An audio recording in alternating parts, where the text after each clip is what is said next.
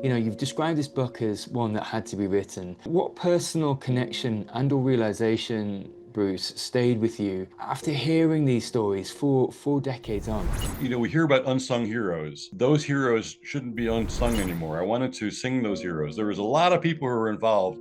The guy who flew the helicopter, he got his reward and all these things, but there were dozens of people, and I wanted to name as many as I could. There were people who were at the riverside, ordinary folks who didn't get their name in the paper, and I wanted to point them out that they were all involved too. All these folks, from the first person who got on the CB radio on the bridge to call the volunteer who's sitting in her apartment, who listens to the radio. She calls up the dispatch center, and this whole chain. There was a literal chain at the riverside, but there was a metaphorical chain in the community. These people all coming together on this one day for this one purpose. And that really struck me. And I thought that that was a story that needed to be told. It had nobody, I waited. I thought, if that book, I would love to read that book. And nobody ever wrote it.